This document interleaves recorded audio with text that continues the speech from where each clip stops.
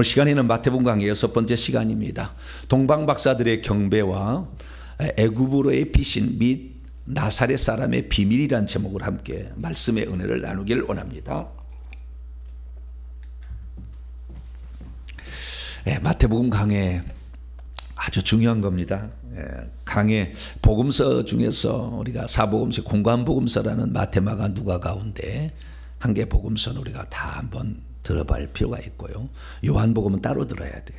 그것은 사복음서 중 사복음 넷째 복음서인데 이게 차원이 좀 달라요.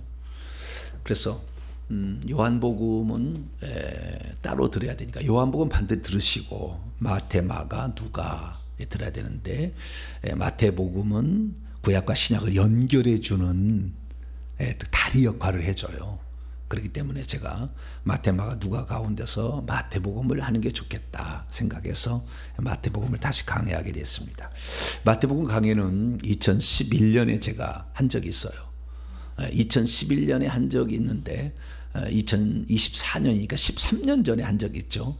근데 거기보다 한층 업그레이드 되게 지금 말씀을 전해드리겠습니다. 엄청난 많은 계시의 진전들이 있었어요.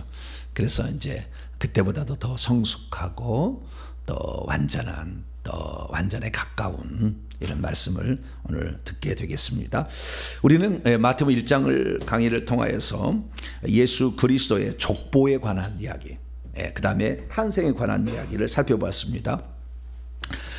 예수 그리스도가 족보가 필요한 것은 신화적 인물이 아니니까, 그리고 약속의 자손이다. 아브라함과 다윗에게 약속했던 자손이다. 근데 마태복음은 그렇지만 누가복음을 보니까 마태복음은 아버지 법적 혈통인 요셉의 족보였고 누가복음 3장에 보니까 마리아의 족보였다라는 걸 우리가 살펴봤죠. 그래서 우리는 그 아브라함과 다윗의 씨로 오신 예수 그리스도와 창세기 3장 15절 여자의 씨 마리아 씨로 오신 예수 그리스도에 대하여 우리가 살펴봤습니다. 이제는 태어나신 후의 일들을 이제 보게 되는데요. 이 태어나신 후에 동방 박사들이 와서 경배하러 왔다는 거예요. 예, 그거고요. 근데 누가복음에는 태어나던 날에 경배가 나와요. 태어나던 날에 아무도 경배하는 사람이 없었죠. 왜냐하면 예수님이 누군지 잘 모르니까. 그리고 또 요셉이 자기가 살던 그 나사렛에서 애를 낳은 게 아니라 본적을 찾아간 거 아니에요. 따로 고향을 찾아간 거 아니에요. 근데 뭐 고향은 요셉이 거기서 뭐 살았던 적이 없었을 거라고 추정이 돼요. 그의 아버지가 나와서 갈릴리의 나사렛에서 살았다가 거기서 요셉을 낳아서 요셉이 컸을 거라고 추정이 되니까. 그래서 아마 거기에서는 아마 만약에 요셉이 아는 사람이 있었다면 마리아를 데려갔을 때 그 집에 갔겠지. 마구간에 갈 리가 없겠죠. 뭐 아는 사람이 없으니까 여관집에 들어갈 수밖에 없었으니까 아버지는 아는 사람이 혹시 이모 뭐 이런 사람이 있었겠지만 요셉은 이제 그런 잘 모르기 때문에 그래서 누가복음 2장에 보게 되면 예수님이 그 호적하러 갔다가 해산할 날이 자기 안에 마리아 해산할 날이 차서 있는데 집이 없어가지고 전부 여관, 그러니까 사람들이 다 여관도 가득 차버린 거예요. 왜? 전부 호적하러 다 왔으니까 모든 사람들이 다. 그래가지고 여관지를 못 얻어서 결국에 마구간에서 결국에 아기가 태어났다는 것을 보도하고 있고, 태어났는데도 불구하고 아무도 경배하러 예수님이 이 땅에 오신 게 얼마나 중요합니까? 구약이 그거 예언한 건데 아무도 축하해 준 사람이 있으니까 강제로 하나님이 천사를 보낸 거 아니에요. 누가 이 밤에 깨어있나. 자, 살펴봤더니 베들레헴의 목자들이 양떼를 치고 있었다. 한겨울이었을까요? 아니었을까요? 그때가? 우리 찬송하는 한 추운 겨울밤 주 탄생하신, 그럼 노래하잖아요. 겨울이 아니에요? 겨울이에요? 찬송가는 겨울이겠지. 그러나 겨울이 아니죠. 겨울이 양떼를 밤에 치고 있었다니까 풀이 있는 시절이겠죠. 예. 그리고 추워서 겨울에 그렇게 살겠어요? 겨울이 아니지. 그러니까 봄철이나 뭐 이런 시즌이었다고 볼 수가 있는. 그러니까 우리가 지금 12월 25일 날 그거 지키는 것은 다 가짜에 가짜. 왜냐하면은 우리가 옛날에 6.25 때 자기 아버지가 전쟁 나갔는데 돌아가셨어요. 근데 찾을 길이 없어. 시체를 어디서 돌아가셨는데 몰라. 군번줄이라도 뭐 어떻게 알아야 되는데 그냥 어떻게 해서 그냥 없어졌어. 그러면 가묘를 만들잖아요. 가묘. 예? 아버지가 돌아가셔서 안 오시니까 예? 몇십 년 기다려 오시니까 가묘를 만들어서 아버지 묘. 근데 아버지의 시체가 거기 있어요 없어요? 없죠. 예. 그런 거죠 뭐. 그래서 우리가 12월 25일을 성탄절로 지키는 것은 이것은 없으니까 그날을 정한 거예요. 없으니까. 저희도 저희 집안도 저희 집도 그러는데요. 저희 그 아버지의 아버지 할아버지가 계셨는데 이 할아버지가 일찍 돌아가셨어요. 우리 아버지를 낳고 바로 얼마 뒤에 돌아가셔 버렸어요. 이렇게 잘못된 그 조상의 저주가 있어요. 무당 신내림을 받은 뭐가 좀 있어요. 그래가지고 무당은 아니었지만 거기서 그 죄값으로 아마 할아버지가 죽은 것 같아요. 그래서 그 할아버지가 돌아가셔가지고 할머니를 출가를 시켰어요. 출가를 시켰어. 근데 그 할머니가 언제 돌아가셨는지는 몰라. 왜? 연락이 안 오니까. 그러면은 제사를 할아버지는 돌아가 제사를 지내는데 할머니 제사는 드릴 수가 있어요? 모르죠. 근데 안 와 연락이. 그래서 돌아가시기 제가 1년 전인가 제가 마지막으로 뵀어요. 제가 저만 봤어요. 우리 가족 중에서. 왜냐하면 거기에 결혼해서 난 자식이 찾아왔더라고. 그러니까 제로 말하면은 작은아버지 뻘된 사람이 찾아왔어. 우리 할머니가 난 결혼해서 다시 가서 난 자식이 찾아왔어. 그래서 알았어요. 그래서 저는 할머니가 돌아가셨다고 해서 난 돌아간 줄 알았어요. 왜냐하면은 할아버지 제삿날에 같이 제사를 지냈어요. 저는 18살까지 예수를 안 믿었습니다. 그래서 할아버지 제삿날에 할머니 제사도 드리는 거예요. 그래서 왜 그런지 물어봤어요. 왜 같이 제사를 지냅니까? 그랬더니 할머니 제사 돌아간지는 모르니까 그날로 그냥 정해서 한다. 그렇게 얘기하더라고요. 그래서 그렇게 알아. 마찬가지예요. 예수님이 탄생한 날이 언제일까요?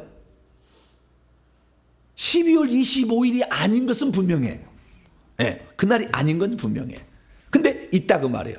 그래서 이번 이제 성탄절 다음 달에 이제 대강절이 들어가게 되는데요. 제가 대강절 때는 성탄절이 언제인지 정확한 날짜를 말씀을 드릴게요. 나와요. 나와. 성경 기록과 역사의 기록을 살펴보면 그것은 다음을 기대하시라. 한 달 뒤를 정확한 날짜를 제가 알려드릴게요. 근데 분명한 것은 12월 25일 아니에요. 근데 12월 25일 하는 것은 한 해의 마감을 하는데 상수라고도 많이 연결되어 있는 것 같기도 하고, 특별히 12월 25일은 태양신의 아들이 태어난 날이에요. 그래서 그날을 천주교가 그대로 가져왔거든. 그래서 그것을 그대로 태양신을 섬긴 사람들을 기독교로 포섭하기 위해서 예수님은 태양이다. 하나님은 태양이고 하나님의 아들은 태양신의 아들이니까 그날 탄생하신 날을 섬기자 해가지고 12월 20일 섬긴 거예요. 그러니까 12월 25일 일종의 가짜예요, 가짜. 그런데 정확한 날짜를 모르니까 안 알려졌으니까 그 날을 정해서 한 거죠. 그래서 우리가 그 예수님의 탄생 때는 그날을 잘 모르는데 가장 중요한 것은 그날 호적하러 갔다는 그 역사적 배경이 나와요. 그걸 찾아갈 수가 있어요. 호적하러 갔다는. 그래서 가이사 아우구스토가 통치하던 거 구레네가 수리아 총독됐을 때 처음 호적한 것이라는 그 역사적 배경이 있어요. 그리고 그러고 있어가지고 탄생할 때 아무도 축하해 준 없으니까 밤에 양떼 치는 목자가 갔다가 축하해 줬어요. 그 축하하는 것은 당일날인 거예요. 당일날. 아시겠죠? 당일날 축하한 것이고, 오늘 마태복음 2장 1절에 12절에 나오는 동방박사들의 경배는 당일날 한 게 아니에요. 당일날 한 게 아니에요. 그 좀 지났어요. 시간이 조금 지난 다음에 한 거예요. 좀 지난 다음에 동방박사가 찾아온 거예요. 그래서 마국간에 경배하러 간 것처럼 나오죠. 영화 보면은. 안 그런가? 그렇죠? 마국간에 동방박사가 치렁치렁한 옷을 입고 말이죠. 이게 뭐 어떤 데는 왕관도 썼어. 예. 그래가지고 이렇게 오잖아, 막 이렇게. 예? 그게 이제 일반적으로 알려진 우리가 뭐 옛날에는 성국도 했어요. 저 성탄절 때. 예. 그러면 동방박사 막 치렁치렁 하고 막 했잖아요. 예. 그래가지고 이랬는데 마국간에 간 건 아니에요. 이거 마국간이 아니라고 나오니까 아예. 자, 어디로 갔는가 봅시다. 자, 11절입니다. 11절. 시작. 집에 들어가 아기와 그의 어머니 마리아가 함께 있는 것을 보고 엎드려 아기께 경배하고 보비압을 열어 황금과 유황과 몰약을 예물로 드리라. 어디에 들어갔어요? 집에 들어갔다. 집에. 네, 마국간에 들어간 게 아니라. 네. 그러니까 애를 낳아야 되는데 아예 그냥 낳을 수 있는 형편이 안 됐어. 여관도 없었어. 그래서 어쩔 수 없이 마국간에 낳았으나 호적하고 다 갔을 거 아니에요.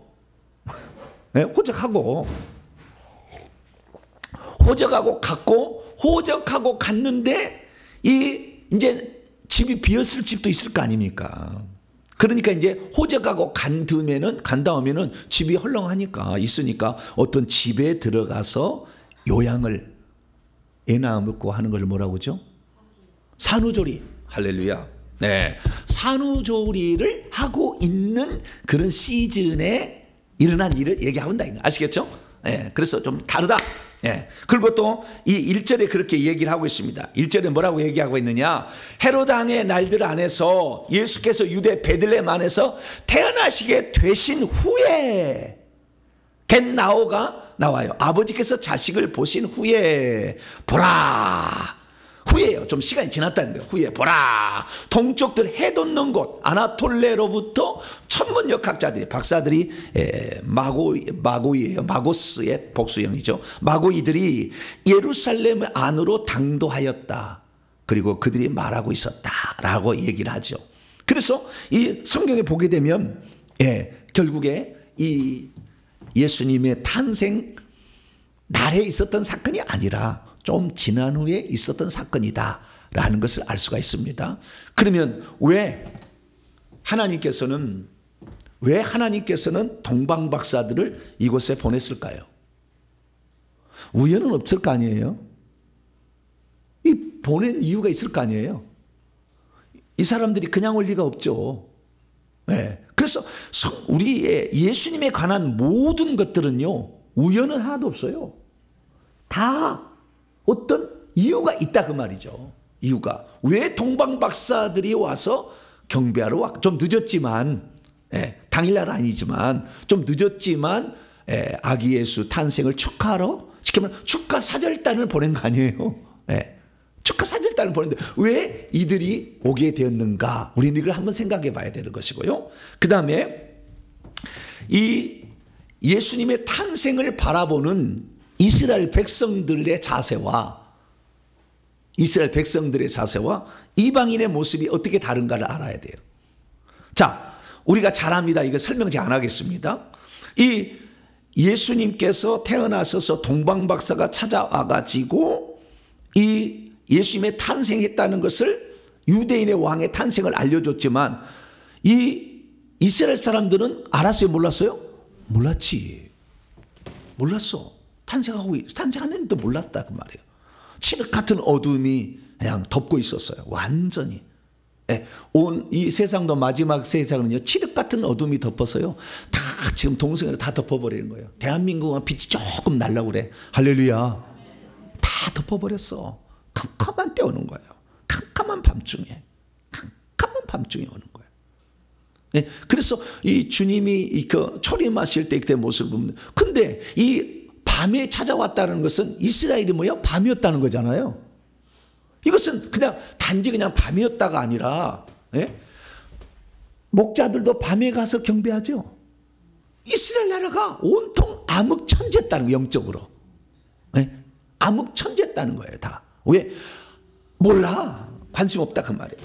그렇게 바라는 이스라엘 백성이었지만 이렇게 그걸 잘 몰랐다는 거예요. 그래서 우리는 여기서 알아야 될 게 뭐냐면, 이스라엘 백성이 이렇게 이 진짜 바라는 메시아의 탄생을 기다리고 있었음에도 한 놈도 몰랐다는 거 아니에요. 그 아이러니야, 아이러니. 오히려 이방인이 뭘 알아?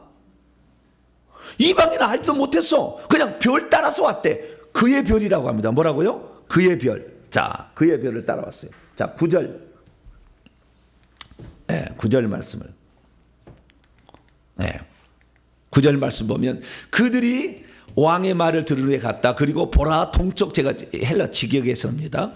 동쪽에 안에서 그들이 보았던 그 별이 그들의 앞서가고 있었다. 그 별이 간 후에 어린아이가 있었다고 있었다. 그의 별을 찾아서, 자 2절 말씀 먼저 봐야 되는데요. 2절 그의 별이 나오니까 그의 별을 봅시다.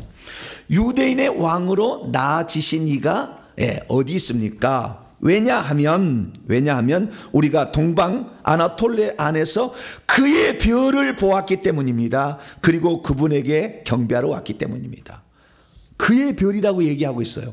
그러니까 예수님의 탄생을 알리는 분명했던 별이 있었다는 거예요. 그래서 이들은 뭘 연구하는 사람들이었다? 별을 연구하는 사람이었다 라는 걸 알 수 있어요. 그래서 이 박사라는 말은 마고스라는 말인데요. 이 마고스라는 것은 별을 전문적으로 연구하는 학자들이에요. 별을 전문적으로 연구하는. 이게 별들의 움직임을 통해서 인간의 생사화목을 점을 치는 점성술가들인 거죠. 일종의. 좋게 말하면 천문 역학자들이었고, 나쁘게 말하면 점성술가들이요. 점을 치는 자들이요. 쉽게 말해서. 그런데 우리 성경에는 박사들이라고, 닥터가 아니에요. 닥터가 아니고 천문 점성 역학자들이다 이렇게 말할 수가 있어요. 그래서 우리가 이걸 알 수 있는 건 뭐냐면 예수님의 탄생을 알려주는 어떤 별이 있었다는 거잖아요. 그 별이 뭐냐에 대해서 다양한 사람들의 의견이 있습니다.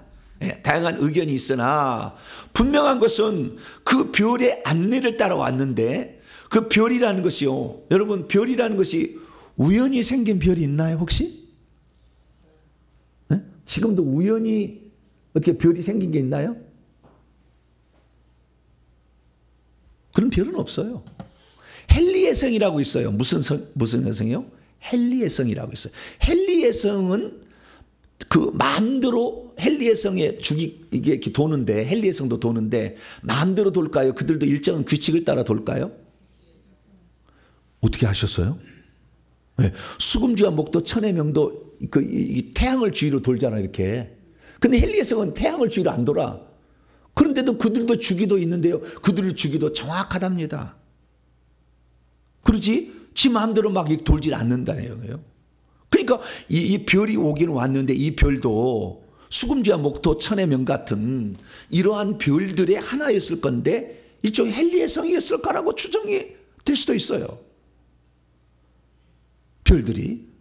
그런데 그 별들도 결코 우연은 존재하지 않아요. 왜냐하면 그 주기가 일정하게 지구에 왔다가 헨리의 성도 가는 거지 그냥 가는 게 아니에요. 그래서 메시아를 알려주는 별이 있었는데 이 메시아를 알려주는 별이 목성이었다고 주장하는 사람도 있고, 어떤 사람은 헨리의 성이다 주장하는 사람도 있으나 저는 그의 별이 있었는데 몰라 어떻게 된지는. 내가 천문학자면 다 연구조사 해버렸을 거예요. 그때 무슨 별이 헨리의 성이 왔나. 근데 정확히 그 날짜를 모르니까 이것도 잘 못 찾아내겠지만, 저 같은 경우는 만약에 내가 천문학자였다면 이거 찾아서 발표했을겠지 내가. 근데 저는 천문학자가 아니어서 잘 몰라요. 그러나 분명한 것은 어떤 별이 있었는데 이 별은 뭐냐? 징조를 가르쳐 준다는 거예요. 뭐라고요? 징조. 자, 창세기 1장.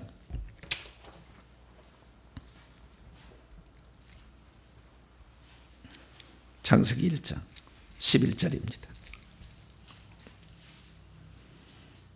창세기 1장 11절. 읽습니다. 11절이 아니라 14절 죄송합니다. 14절 시작.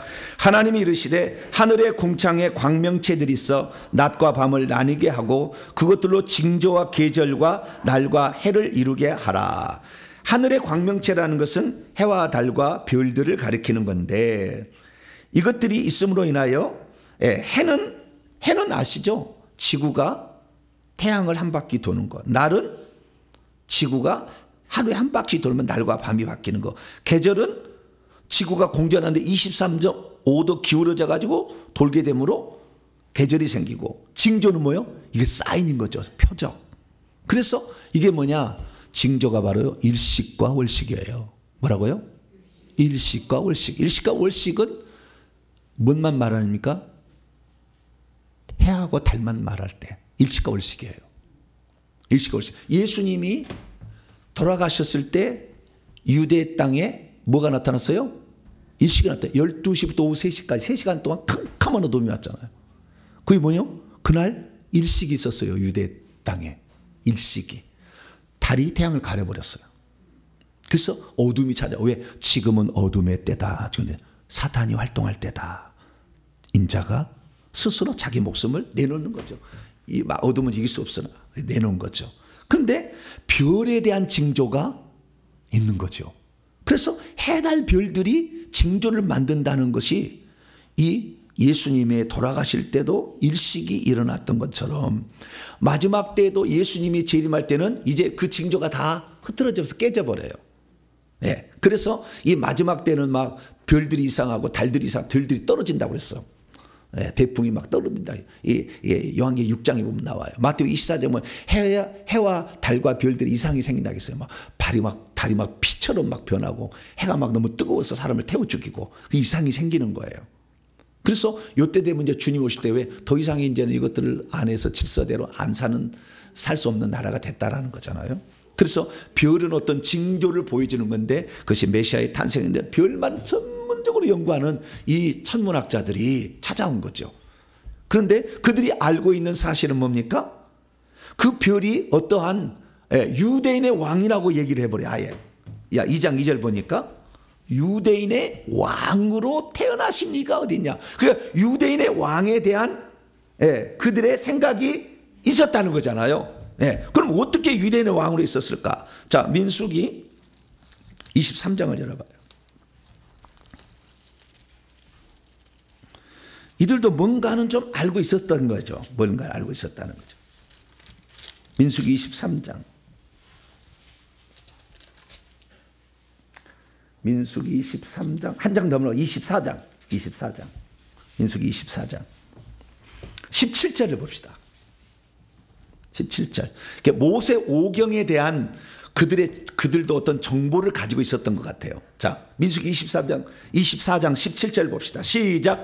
내가 그를 보아도 이때 일이 아니며 내가 그를 바라보아도 가까운 일이 아니로다. 한 별이 야곱에게서 나오며 한 규가 이스라엘에게서 일어나서 모압을 이쪽에서 저쪽까지 쳐서 무찌르고 또 셋의 자식들을 다 멸하리로다. 이게 발람 선지자가 예언하는 것인데 한 별이 이스라엘에게서 나오는데 한 규가 왕이 탄생한다는, 이스라엘에 한 왕이 탄생한다. 이런 대한 정보를 알고 있었을 가능성이 있어요. 여기를 알았다는 게 아니라 이 말씀에 근거하여 그들도 알았을 가능성이. 그럼 어떻게 알았을 거냐? 많은 사람이 이때 바벨론이나 페르시아 쪽, 동쪽에서 해돋는 쪽에서 왔다 했잖아요. 네. 이스라엘의 해돋는 쪽은 바벨론, 페르시아예요. 네. 바벨론과 페르시아 쪽에서 온 거예요. 그런데 역사적으로 가장 점성술이 뛰어난 나라가 페르시아였어요. 역사적으로 아주 최첨단을 날렸어요. 그 나라는. 네. 그래서 페르시아에서 온 바사라고 성경에 나오죠. 페르시아에서 온 점성술사일 가능성이 매우 높아요. 지금까지 모든 천문학의 기술은 페르시아에서 왔어요. 그래서 별을 연구하는 데는 타의 추정을 불허해. 이 페르시아 나라가. 그래서 페르시아에서 왔을 텐데 페르시아에서 그는 페르시아는 어떤 나라냐? 이스라엘 민족이 바벨론이라는 나라에 망해가지고 포로로 잡혀갔어요. 포로로 잡혀갔다가 바벨론 나라를 메대와 페르시아가 멸망을 시켜 페르시아에 고레스라는 왕이 있었잖아요. 고레스라는 왕인데 고레스는 천국에 있어요. 아주 보좌자리도 있어요. 엄청난 사람이에요. 그 사람이 이사야 예언의 말씀을 듣고 수백 년 후에 이렇게 나와서 이스라엘을 해방할 줄 있는데 당신이라고 누가 알려줬어요. 그래서 고레스가 그걸 믿고 하나님 믿어서 천국 갔다니까요. 그런데 그것은 천국에 가시면 확인인데 이것은 성경이 나왔긴 나왔는데 천국 갔다는 말까지는 안 나와. 그러나 그건 나와요. 근데 어쨌든 이 페르시아의 고레스라는 사람이 있는데 고레스가 그래가지고 자기 길을 예언하는 이사야서에 나와. 이사야 강의 들어보세요. 그래서 이 이사야 예언을 듣고 깜짝 놀라. 200년 뒤에 되어질 일을 알아. 하나님이 알고 다 이름까지 고레스까지 이름을 다 정해놓은 걸 깜짝 놀래버려요. 그래가지고 하나님을 믿게 됩니다. 그래서 하나님 믿게 돼가지고 이스라엘 민족은 포로로 귀환 허락한다 명령을 때려버렸어. 그래가지고 이스라엘 민족이 귀환을 하게 돼요. 페르시아 때에. 그래서 그 페르시아 나라가 고레스가 하나님을 믿어가지고 이스라엘 나라의 경전을 아마 입수해서 읽었을 가능성도 많고, 아니면은 그 부하 그 중요한 관직하는 천문학자들한테 읽어봐라 이렇게 했을 가능성도 있어요. 그래서 이 내용을 알았을 가능성도 없지 않아 있다. 그래서 이스라엘 민족에 장차 한 왕이 태어난다. 그런데 별만 전문적으로 연구하는데 틀림없이 이것은 왕의 탄생을 알린다 라는 것을 알게 되었을 때, 이 학자들은 산을 넘고 물을 건너서 몇 날 며칠을 밤에만 이동했을 거 아니에요. 낮에는 별이 안 보이니까. 네, 그 위험한 사막을 건너서, 네, 그 위험한 사막을 건너서 그렇게 이 별만 보고 찾아왔던 거예요. 대단한 사람들이요. 박수 한번 쳐줘야 돼. 박수 한번 쳐줘야 돼. 응? 야, 그거 안 해도 별일 없을 텐데. 왜냐하면은 자신들은 학문하는 사람들은요, 학문하는 사람들의 원래 자기의 그 본직 있잖아요. 그걸 찾았어야 돼. 학문하는 사람 이렇게도, 그래 우리가 이 세상에 태어나서 유대인의 왕으로 태어나신 일을 알리라고 우리를 학문시켰어. 할렐루야. 우리가 다 갔다는 거 아니에요. 그래가지고 갔는데 이 사람들은 정보는 이스라엘에서 왕이 태어난다는 것은 알았지만, 그것이 별이 알려준다는 정보까지는 알고 있었지만 어디에서 태어난다는 걸 알았어요? 몰랐어요? 몰랐지. 어디서 태어난다는까지 몰랐어. 왜냐하면 어디서 태어난다는 것은 미가서 5장 2절에 BC 730년경에 알려져. 그로부터 300년 전에 일은 몰라. 이 사람들은 모르는 그런 정보가 없었던 거예요. 그래서 어디서 태어난지를 모르지만 자우장 유대인 왕으로 태어났는데, 왕이 태어난 것은 당연히 왕궁이라고 생각했죠. 그래서 예루살렘으로 갑니다. 그래서 헤롯 대왕한테 찾아가서 유대인의 왕으로 태어나신 이가 어디 있습니까? 물어봤어요. 헤롯 대왕이 어떻게 생각했을까요? 이때 이 얘기를 듣고. 네? 당황했다. 소동했다고 말해요. 뒤집어졌다 이거예요. 왜 뒤집어졌느냐? 이때 헤롯 왕을 딱 이렇게 조사를 해보면요, 이 헤롯 왕은 BC 몇 년에 태어나시냐면 73년에 태어나요. 몇 년이요? BC 73년에 태어났어. 그래서 BC 4년에 죽어요. BC 4년에 죽어요. 그러면 이 죽던 해 예수님이 태어납니다. 뭐라고요? 헤롯 왕이 죽던 해 예수님이 태어나. BC 4년에 예수님이 태어난 거예요. 그러니까 지금 나이는 70세가 된 거예요. 자기 자식들이 나이가 많아. 50세, 60세 가까이 됐어. 네. 근데 지금 유대인의 왕으로 태어난, 자기 자식들이 많이 있는데 유대인 왕으로 또 태어난다는 것은 내가 구태타를 당해서 죽는다는 건가? 얼마나 불안하겠어요. 이거 없애야 돼. 씨를 말려야 되겠다 생각을 하겠어요? 안 하겠어요? 씨를 말리려겠다는 생각을 하겠죠. 그래서 그래도 흥분을 가라앉혀. 흥분을 가라앉히고 뭐라고 하느냐. 네. 자, 왕이 4절입니다. 흥분을 가라앉히고 4절에 뭐라고 하냐면은, 왕이 모든 대지사장들과, 자기도 잘 모르니까 백성의 서기관들, 이렇게 성경 전문가들을 불러다가 과연 그리스도가 어디서 태어나겠는지 한번 물어봤어요. 물어봤더니 이 서기관들이 성경을 다 찾아보고 알았겠죠. 뭐 찾아볼 수도 없어요. 바로 답을 했겠죠. 유대 베들레헴입니다. 왜냐하면 선자를 통해 이미 이것이 기록된 채 있는데, 유대 땅 너 유대 땅 베들레헴아, 유다의 집권자들 중에서 가장 작지 않은데, 왜냐하면 너에게서부터 한 다스리고 있는 자가 장차 나올 것이다 라고 예언되어 있습니다. 미가서 5장 2절 BC 730년경의 예언을 들려주는 거예요. 그러니까 얼마나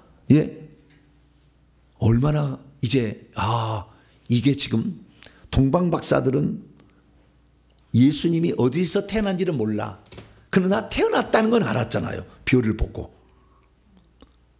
그런데 이 어디서 태어난지를 모르고 예루살렘에 왔다가, 그러니까 동방 박사들의 공헌은 예수님이 태어난 걸 알렸고 뿐만 아니라 경배를 하고 갔다는, 이방인의 경배의 최초의 사건으로서 아주 어떤 기능을 하고 있지만, 반대로 잘못 알고 있음으로 인하여 2살 아이의 베들레헴 아이를 싹 죽여야 되는 헤롯 왕이 아주 처참한, 그 베들레헴 가면 그 아이가 죽었던 해골들이 전시돼 있어. 해골이 가득 차 있어. 얼마나 많이 죽였는지. 예. 그래서 그 엄청난 희생을, 여러분 성경을 적당히 하실래요? 제대로 하실래요? 어? 제대로 알아야 돼. 그 다음에 그러니까 여기 잘 보세요. 성경을 알고 있는 서기관들, 종교 지도자들하고 유대 종교, 성경을 몰라 잘. 그러나 하늘의 이상만, 해와 달과 별들의 자연 만물의 하나님의 역사하심을, 계시를 알고 있는 이방인들, 성경책을 갖고 있는 유대인들, 특별계시와 자연계시를 알고 있는 두 종류의 사람들이 아기 예수를 알게 되는데, 이 성경을 갖고 있는 사람은 아예 예수님 탄생한도 몰라. 근데 오히려 자연계시만을 알고 있는 이 사람들이 찾아온다 그 말이에요. 예.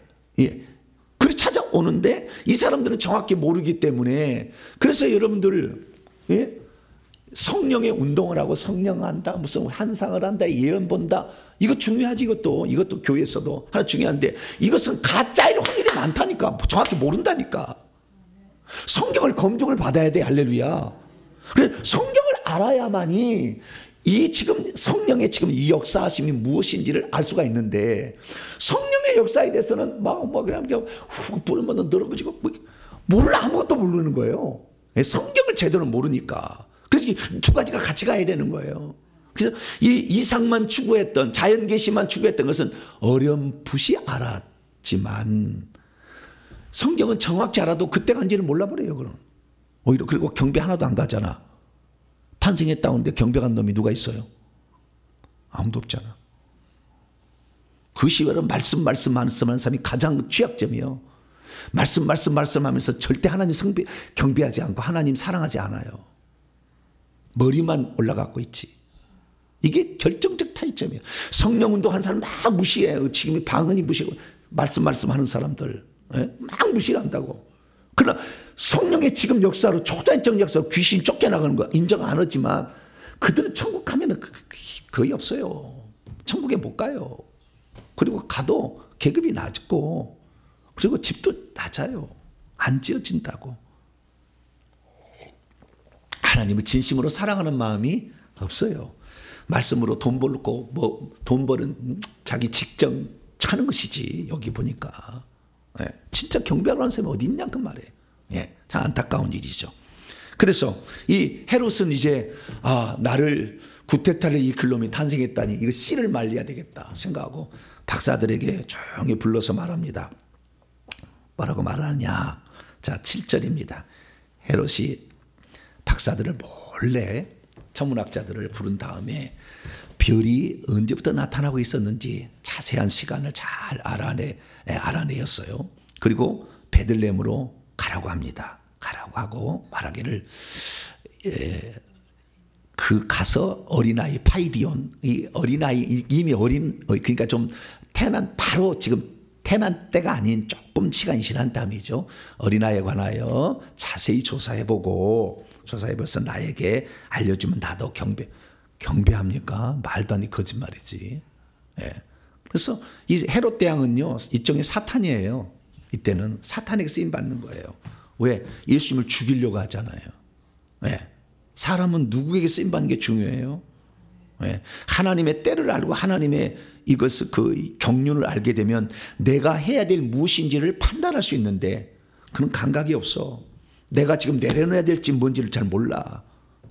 이런 것이 보통 이 권력욕을 가진 자들에게 특성입니다. 그래서 결국에 거짓말을 해서 돌려보내서 결국에 동방 박사들이 그 얘기를 듣고 보니까, 보라! 동쪽에서 그 동쪽 안에서 메대 지역에서, 바빌론 지역에서 보았던 그 별이 문득 앞서 또 가는 거예요. 나타나가지고 잠시 사라졌다가 다시 나온 거예요. 그래서 그 별을 따라가서 그 별이 서 있는 곳까지 갔어요.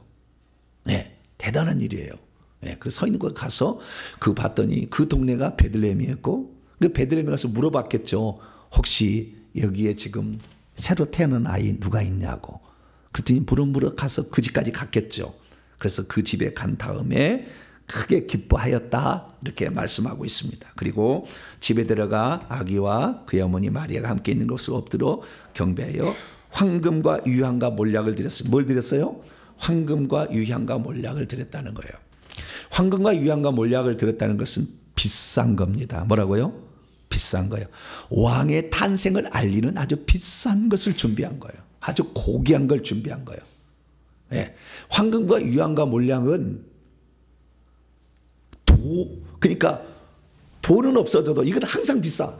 네. 이건 항상 값진 거예요. 값진 거. 그러니까 자기들이 준비할 수 있는 가장 값진 걸 준비한 거예요. 아주 비싼 것입니다. 그래서 황금과 유향과 몰약을 줘. 황금 언제라도 비싸잖아요. 우리는 만약에 이 화폐가 없어져도 황금이 있으면 돈 됩니다. 그래서 여러분 금을 갖고 있어야 돼. 집에 금 있어요? 없어요? 없어요? 다 팔아버렸어요? 헌금하시라고? 네, 잘하셨네. 네, 하나님한테 투자한 게 제일 잘 투자한 거예요. 저는 우리 아들이 돌할 때 돌반지 들어온 거까지 안 팔고 있더니 지금은 그때 돌반지가 얼마 안 했는데 지금 비싸대요. 한 돈에. 그래서 계속 갖고 있어야 되겠다 생각이 들어요. 네, 황금은 항상 비싸. 그 다음에 유향은 유향나무에서 나오는 아주 향이 나는 거예요. 몰약도 향이 나는 건데 몰약과 유향은 다 달라요. 예. 몰약과 유향은 성경에도 많이 나오죠. 이 몰약이 헬라어로 뭐냐면은 서머나예요. 서머나. 뭐라고요? 서머나. 예. 헬라어로 발음 스미르나예요. 스미르나인데 우리는 번역은 서머나로 번역을 한 거예요. 서머나 교회에 편지하러 있잖아요. 그 서머나가 몰약이에요. 똑같은 말이에요. 서머나 몰약인데요. 이 몰약은 죽은 시체에 바르는 그런 그 향기 나는 거예요. 향기 나는 거. 이것을 태우면 그런 향기가 나는 거죠. 그래서 유향과 몰약은 다 비싼 거였다라는 것을 드립니다. 그러니까 왕의 탄생에 합당한 예물을 드렸다라는 것을 알 수가 있고요. 영적 의미는 여러 가지로 풀릴 수 있겠죠.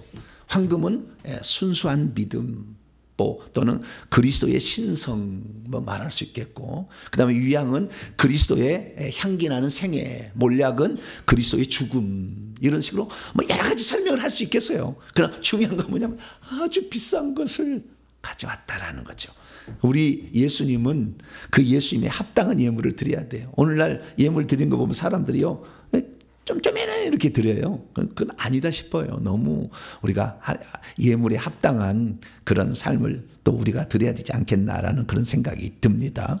그래서 이렇게 해서 드렸습니다. 자, 여기서 알 수 있는 가장 핵심적인 것은 결국에 자연계시와 특별계시가 합쳐져야 예수님의 탄생이 축하가 된다는 거예요.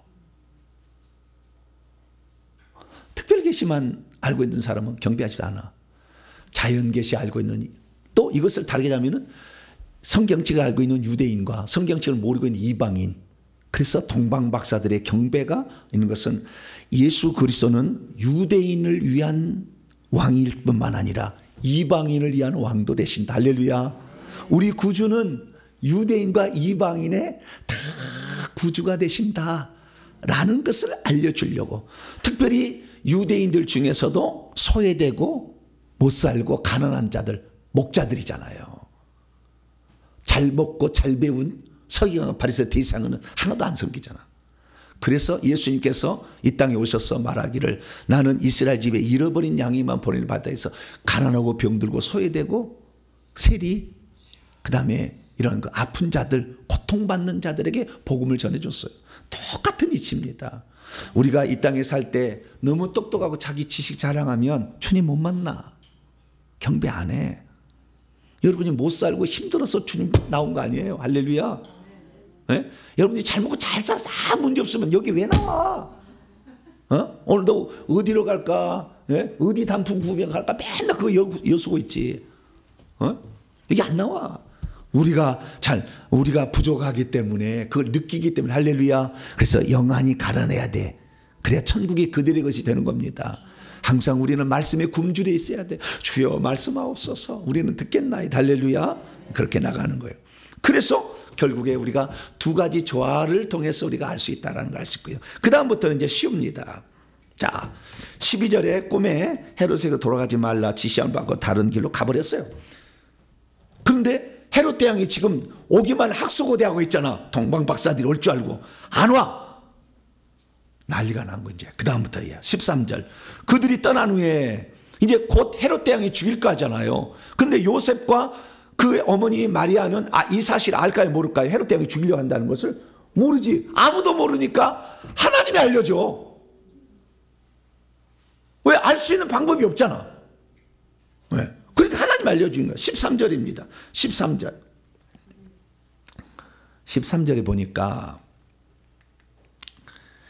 그들이 돌아간 후에 한 주의 천사가 요셉에게 꿈을 따라 나타나게 말합니다. 빨리 일어나라. 그래서 어린아이와 그의 어머니를 데리고 애굽 땅으로 도망해라. 내가 내게 말할 때까지, 하나님이 천사를 통해 대신 말한 거예요. 내가 내게 말할 때까지 거기 있어라. 왜냐하면 헤롯이 그를 죽이기 위하여 어린아이들을 지금 찾고 있기 때문이다. 그러자 요셉이 즉시 그냥 일어나서 밤에 아기와 그의 어머니를 데리고 애굽으로 떠나가서 헤롯이 죽기까지인데요. 죽기까지가 아니에요. 원문에는 헤롯의 종말까지예요. 뭐라고요? 헤롯의 종말까지. 헤롯의 끝까지. 헤롯이 통치하는 끝날 건데 언제 죽냐? BC 4년에 죽어요. BC 4년에 죽어. 그래서 헤롯이 죽던 해에 예수님이 태어났다라는 것은 아주 중요한 정보가 있어요. 이 성경이 다 있어요. 그래서 헤롯이 죽던 해에 예수님이 태어났다. 헤롯의 종말까지 거기 있었는데 이것은 애굽에서 내 아들을 불렀다. 호세아 11장 1절에 그 예언의 말씀을 이루게 하여 그렇게 됐다는 거예요. 그래서 헤롯이 천문학자들에게 속은 줄 알고 심히 분노해서 헤롯이 베들레헴에 있는 아들이자 그것에 있는 지역에 있는 모든 사내 아이를 다 두 살이라 싹 죽여버리라고 그랬어요. 그래서 가서 싹 죽여서 피비린내라는 이런 살육이 진행됩니다. 이 동방박사의 실수가 이런 거예요. 그러니까 성령운동 한다고 하면서 말씀을 제치고 막 해버리면 이런 피비린내라는 나중에 험악한 꼴을 당하게 되는 거예요.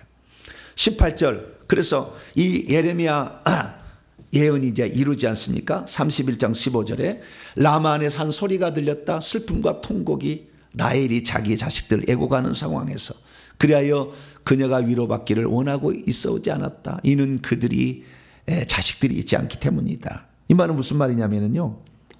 라마라는 지역은 예루살렘에서 약간 북쪽입니다. 베들레헴은 예루살렘에서 남쪽으로 8km 떨어져 있어요. 베들레헴이 있는데, 그런데 이 라마에서 통곡 소리가 난다는 말은 무슨 말인데, 라헬이 그 자식이 없어 운다는 것은 라헬이 바단 아람에서 그 야곱을 따라서 자기 남편을 따라서 오다가 베냐민 나타가 죽는 것이 에브랏이라고 나와. 창세기 보면 에브랏은 옛날 베들레헴의 고명칭이에요. 옛날 명칭 에브라다, 에브랏, 고명칭이에요. 베들레헴 옛날 명칭이에요. 거기서 죽었다니까요. 누가요? 라헬이. 근데 라헬이 자식이 없었잖아요. 자기 언니 레아는 자식을 루벤, 시므온, 레위, 유다 4명의 자식을 낳았는데 자식 하나도 못 낳아. 그러니까 막 어떻게 해요? 마음이 나도 자식을 주세요. 자식 주세요. 왜 당신은 나에게 씨를 안 주냐고. 내가 당신에게 애를 낳을 수 있는 게 하나님이 허락하지 않는데 어떻게 할 거요? 야곱이 그렇게 얘기를 합니다. 그래서 결국에 이 라헬이 결국에 안 되겠다. 자식을 낳아야 되겠다 해서 자기의 몸종 비라를 남편에게 주잖아요. 야곱에게. 그래서 난 자식이 단이요. 단. 구약에서 가장 사탄 짓을 많이 한 단. 단 납달리. 이 둘을 낳잖아요. 그러니까 이 단 납달리를 또 나니까 레아가 자기는 얘를 못 낳은 줄 알고 자기 또 몸종을 실바를 줘서 나니까 갓 아셀이라는 것을 낳아요. 갓 아셀. 그러다가 레아가 다시 또 합한 채를 받아가지고 또 동침을 해가지고 그래서 난 게 이삭을 스불론이에요. 그러다가 나중에 마지막으로 라헬이 2명의 자식을 낳았으니 요셉과 베냐민. 그러니까 라헬이 애를 못 낳는다고 밤새 울었다는 거예요. 아이가 없다고 밤새 울었는데 라헬의 통곡 소리가 아이가 없다고 울었는데 아이가 지금 죽는다고 웃잖아요. 근데 그래서 라마에서 통곡이라 그러잖아요. 이건 예레미야예요. 예레미야는 뭐냐면 이스라엘 민족이 바벨론의 포로로 잡혀가서 거기에서 통곡하는 거예요. 바벨로 잡혀가면서 통곡하는 거예요. 그 어떤 거냐면 남유다가 멸망을 해서 포로로 잡혀가면서 그 길을 가면서 예루살렘에서 그 길을 가라 라마에서 통곡을 한 거예요. 이스라엘 사람들이. 왜? 이 나라는 이제 끝났다. 왜? 왕도 다 죽고 이제는 이 나라가 다 끝났으니 우리의 자식들 우리의 미래는 없다고 막 슬퍼한 거예요. 그래서 라헬이 우선 자기 자식이 없다고 슬퍼한 거, 그것도 포함하면서 남유다가 멸망돼서 이제 우리의 자식도 없고 왕의 자식도 없었으니 끝났구나라고 슬퍼하는 것들이 어떻게 해요? 베들레헴에서 일어났다라는 것을 여기서 성경에 예언이 성취되었다 얘기를 한 거예요. 그리고 19절입니다. 헤롯이 죽은 후에 헤롯이 이제 죽었어. 얼마 후에. 이 비밀은 제가 다음에 대강절 설교 때 얘기를 할게요. 헤롯이 죽은 후에 여기도 헤롯의 종말 후에예요. 종말 후에 주의 사자가 애굽에서 요셉에 현명하여 이제 일어나서 이스라엘 땅으로 가라해서 갑니다. 그래서 이스라엘 땅으로 가는데 22절에 헤롯 아켈라오가 그의 아버지 헤롯을 이어 유대 임금이 됐어요. 헤롯이 여러 아들이 있는데 아켈라오라는 아들이 있어요. 아켈라는 헤롯 대왕이 죽고 유대와 사마리아의 왕인 존재예요. 그런데 이 애굽에서 도망을 갔다가 애굽에서 다시 이스라엘 나라로 올라오는데 베들레헴으로 다시 가려고 생각을 했으나 베들레헴은 누가 다시 헤롯 아켈라오가 다스리는데 헤롯 아켈라오는 아주 악한 자예요. 그래서 위험하다고 해서 안 가려고 했어요. 이스라엘 땅으로 넘어왔으나 베들레헴까지 안 가려고 해. 그러니까 천사가 나타나기를 이게 뭐예요? 이스라엘 땅으로 가라. 그래서 거기서 머물머물 했는데 다시 또 꿈에 지시가 나타나요. 이제 가라 한 거예요. 그래서 헤롯 아켈라오 위쪽에 헤롯 안디바가 지배하는 헤롯의 왕이 여러 아들이 있는데 안디바라는 왕은 갈릴리를 지배하고 있었어요. 그래서 갈릴리 나사렛을 안디바가 다스리고 있어.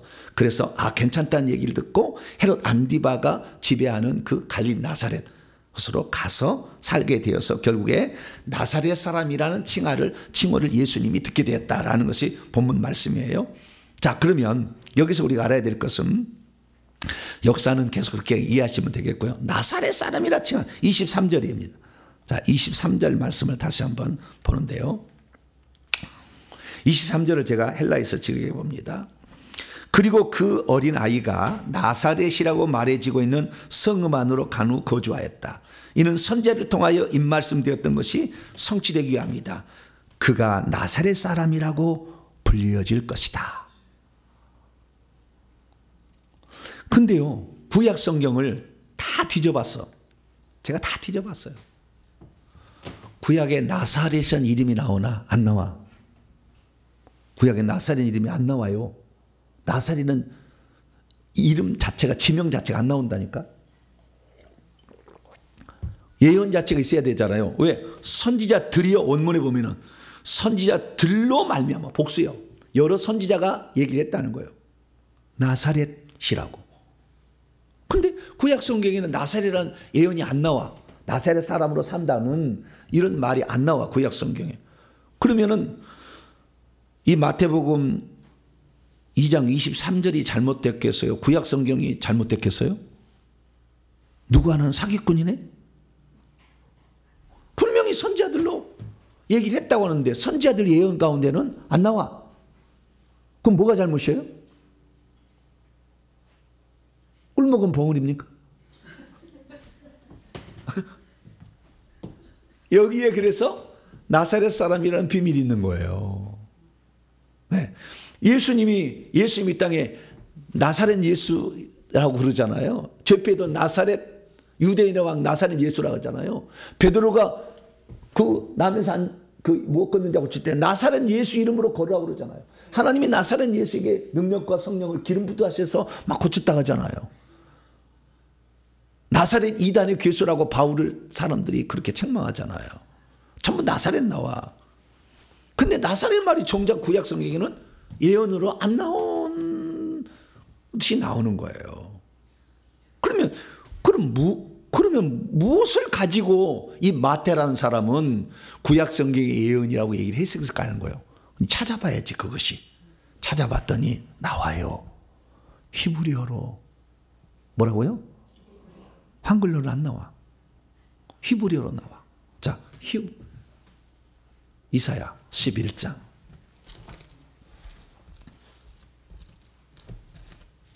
이사야 11장.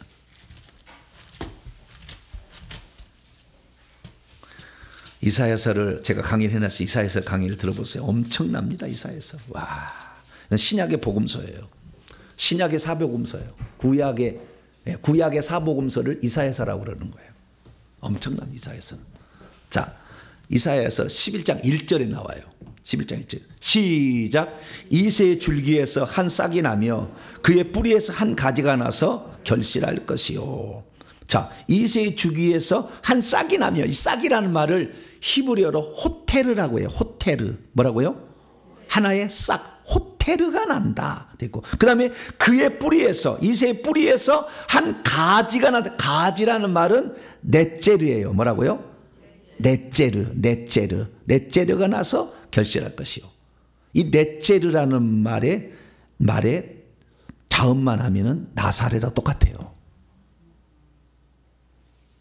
발음을 나사렛, 모음을 어떻게 붙이냐에 따라서 넷제르가 되고 나사렛이 되는 거예요.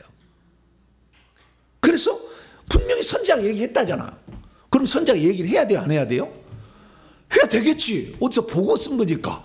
네, 없는 걸 찾아내야 되는데, 그래서 찾아낸 것이 결국에 두 가지 가능성을 찾았는데, 첫 번째는 넷제르라는 거예요. 넷제르다. 그럼 넷제르라는 건 뭐냐? 넷제르는 호텔이라고 약간 다른데요. 둘 다 가지를 지칭하는 거예요. 자, 제가 그래서 여러분 이해를 위해서 그림을 가져왔습니다. 이스라엘의 목자가, 양을 치는 목자가 있는데, 이 이스라엘 목자는 두 가지를 가지고 다녀요. 하나는 지팡이하고 막대기를 들고 다녀요. 지팡이는 양떼를 인도하기 위한 것이고, 막대기는 사자나 곰이 나타나면 치려고 막대기를 쓰는 거예요. 아시겠죠?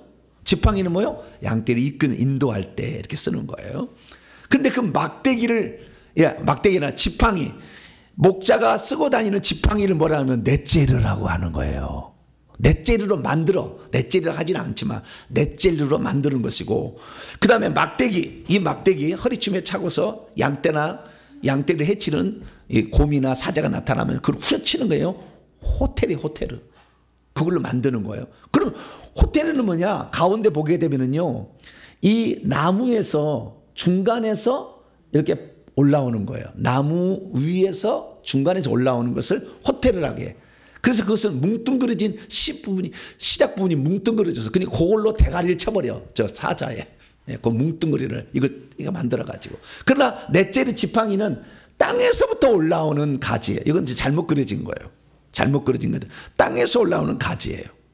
그러니까 뿌리 있잖아요. 뿌리에서 곧장 올라오는 가지는 넷제르라고 그런 것이고, 줄기에 있다가 이 줄기에서 다시 줄기가 나가는 것은 호테르라 그런다. 아시겠죠? 그래서 제가 성지순례를 갔어요. 성지순례를 갔더니 팔복교회 앞에 감람나무가 있어요. 이 넷제르하고 호테르는 감람나무로 만드는 거예요. 감람나무. 예, 감람나무인데 지금 저 호테르라고 본 데는 본 줄기에서 이렇게 줄기가 올라온 거죠. 예, 이것을 호테르라고 그러는 막대기로 쓰는 것이고, 그 다음에 넷제르는 땅에서 올라오는 아주 작은 연한 순이 하나 있는데 이게 커져요. 그래서 이걸 갖다가 묘목으로 씁니다. 묘목으로. 넷제르는 묘목으로. 왜냐하면 땅에서 올라와 있잖아요. 그래서 뿌리가 약간 있을 수 있으니까. 그래서 이 넷제르인데 결국에 이게 뭡니까? 예수님이 누구냐를 정확히 알려주는 거예요. 예수님은 이 아브라함부터 다윗으로 계속 이 나무 줄기가 있잖아요. 예? 아브라함부터 다윗에 계속 줄기가 있다. 그 중에 하나가 나와. 다윗으로부터 나와서 가지 이세 다윗 이렇게 쭉쭉 나가잖아요. 이렇게 나가잖아요. 그래서 예수님은 다윗의 후손으로 오셨다라는 것은 호테르로 오셨다는 거예요. 근데 예수님은 호테르만이 아니라 이세 자체를 만든 이 뿌리 자체로부터 나온, 하나님으로부터 새로 나온 넷째르다 그 말이에요. 할렐루야. 그러니까 하나님 자신이요, 이 뿌리니까, 뿌리가 다 만든 거 아니에요. 뿌리가, 이 뿌리 하나님으로부터, 아담이 나와서 아브라함 나왔고, 그 다음에 이세 나와서 다윗 나왔잖아요. 네, 이건 호테르예요, 호테르. 그런데 호테르도 예수님 되시지만, 예수님은 그 뿌리 하나님 자체로부터 올라오신 연한 순이야. 싹 깎고. 네, 이게 표현되는 거예요. 그래서 예수님은 다윗의 후손이자 뿌리다. 할렐루야. 이것을 얘기하고 있는 것. 자, 요한계시록 22장. 그래서 요한계시록 강의를 다 들어봐야 돼. 그래, 이게 다 나와요. 요한계시록 22장 16절에 22장 16 시작. 나 예수는 교회들을 위하여 내 사자를 보내어 이것들을 너희에게 증언하게 하였노라. 나는 다윗의 뿌리요 자손이니 이는 광명한 새벽. 나는 다윗의 뿌리 넷째르요 자손이 호테르다. 뭐라고요? 나는 다윗의 넷째르요 다윗의 호테르다. 이게 다 나온다 이 말이에요. 그래서 우리는 아하, 예수님은 다윗의 자손만이 아니라 다윗 자체를 만든 하나님이시구나. 할렐루야. 그걸 알게 되는 거죠. 그래서 나사렛 사람이라는 것은 넷째르시다. 예, 모든 인류의 근원이 되시는 하나님이시다. 그런데 그 하나님이 지방에 지금 나사렛이라고 불리는 동네에 살 것이다. 예언되어 있었다. 하나님을 키운 동네가 어디예요? 나사렛이다 이거지. 예, 그것을 말해주고 있다는 거. 그 다음에 또 하나는 민수기 6장에 나오는 이 똑같은 대문자로 보면은 나시린도 돼요. 뭐라고요? 나시르, 넷째르 똑같은 말이에요. 대문자로만 보면은 나시르, 그것을 나실이라고 우리는 얘기하는데 나시르 민수기 6장에 나와요. 그것은 나시르는 뭡니까? 제사장이 아닌데 제사장이 타락해서, 엘리 제사장이 타락했어. 그래서 나시르로 사무엘이라는 에브라임 지파 사람을 임시적으로 써. 왜? 제사장이 타락하니까. 근데 제사장이 원래 아론 자손만 될 수 있잖아. 근데 에브라임 지파는 안 되는 거예요. 그런데도 하나님은 사무엘을 에보슬립의 대제장처럼 쓰잖아요. 그래서 나시린이라는 말은 하나님께 구별된 자라는 뜻이에요. 구별된 자라는 뜻인데 이 나시린은 원래 자격이 없는데 특별하게 그 직분을 감당하게 하는 거예요. 그래서 예수님 원래 유다 지파로서 제사장이 될 수가 없어. 근데 예수님은 멜기세덱의 반차를 따르는 제사장이 돼서 나시린으로 제사장이 되어버린 거야. 할렐루야. 유다 지파는 왕만 나오게 돼 있는데 예수님이 나시린으로서 어떻게 해요? 제사장 역할에서 대제사장이 된 거지. 할렐루야. 그래서 우리의 죄를 집례해서 돌아가셨다는 거예요. 그래서 이 나시르라는 말에서도 이것을 근원을 찾을 수가 있고 넷째르라는 말에서도 이것을 근원을 찾을 수가 있고 마지막으로는 예수님이 나사렛 사람이라 칭한다는 의미는 요한복음 1장 마지막 세 가지 의미가 있는 거예요. 그래서 이 의로운 가지, 그것은 예레미야 23장 5절 예레미야 선지자도 의로운 가지가 올라온다고 그래. 그 다음에 스가랴 3장 8절에도 내 종 싹이 올라온다 이렇게 얘기하므로 여러 선지자들이 얘기했다는 걸 말해주고 뿐만 아니라 이런 의미도 있어요. 요한복음 1장 마지막입니다.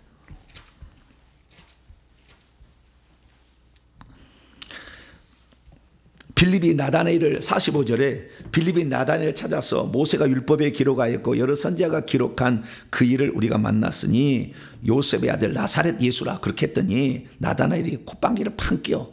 자 46절 있습니다. 시작. 나다나엘이 이르되 나사렛에서 무슨 선한 것이 날 수 있느냐. 빌립이 이르되 와서 보라. 나사렛에서 무슨 선한 것이 나. 멸시와 천대의 이름이 나사렛이야. 뭐라고요? 갈릴리 가장 못 사는 사람들이 유다에 살다가 예루살렘에 살다가 너무 부자 못 사니까 옆 동네로 못 사는 데로 이사를 가는 거예요. 예. 어디 동네 얘기하면 또 해서 말을 못 하겠어. 우리나라도 그런 게 있었어요. 예. 여기는 너무 부자 동네로 못 사니까 그런데 마찬가지로 예루살렘이 너무 못 사니까 갈릴리로 가서 산 거예요. 아시겠죠? 그래서 멸시와 천대의 이름이 나사렛이요. 나사렛 무슨. 그래서 예수님은 멸시와 천대를 기꺼이, 그래서 가장 낮은 곳으로 오셨잖아요. 멸시와 천대를 받는 것으로 오셨잖아요. 그래서 그런 의미도 있어요. 그래서 우리 주 예수 그리스도께서는 멸시와 천대받는 자들의 친구가 되려고 오셨다. 할렐루야. 우리가 그걸 기억해야 되고, 우리 같이 부족하고 나는 무당에 신기가 많아서 너무 괴로워. 나를 위해서 주님이 오셨다. 할렐루야.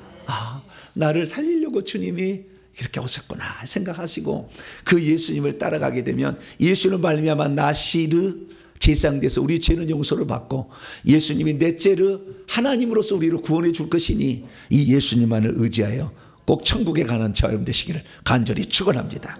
걸어가신 하나님 감사합니다. 오늘 성경에 기록된 놀라운 비밀들을 알 수 있도록 은혜 더하신 것 감사합니다. 예수님만 사랑하고 예수님을 붙잡아서 우리의 존재의 근원이신 예수님, 그 예수님을 위하여 우리도 다윗성과 같은 새 예루살렘 성에 들어갈 수 있도록 도와주시옵소서. 우리 주 예수 그리스도의 이름으로 기도하옵나이다. 아멘.